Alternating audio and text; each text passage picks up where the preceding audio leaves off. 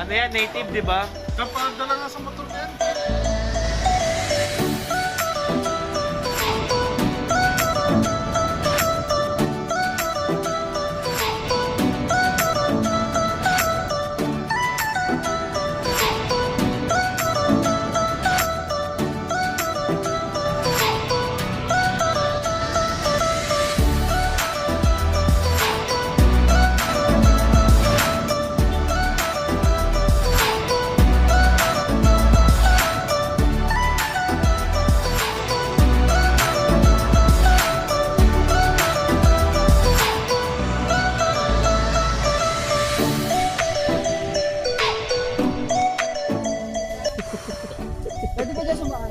Hello guys, ito pala yung pinuntahan naming hacienda ng kaibigan namin.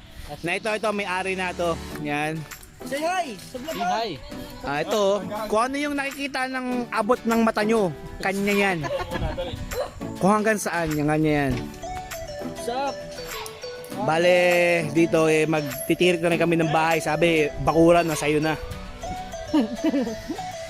Yan o, meron silang alaga. Tingnan mo yung alaga nilang dog. Ang lalaki. Diba?